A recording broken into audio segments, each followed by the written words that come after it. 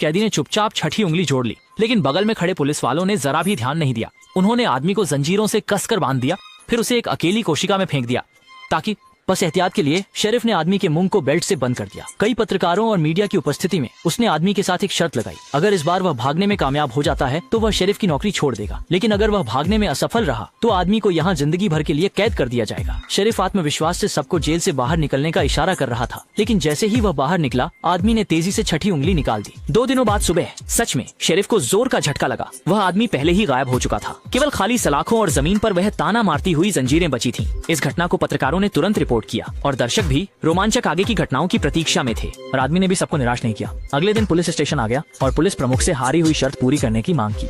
जिंग चांग ने बिना किसी भावना के कहा, तुम मुझे पद छोड़ने के लिए कह सकते हो, लेकिन पहले यह बताओ कि तुमने यह कैसे किया।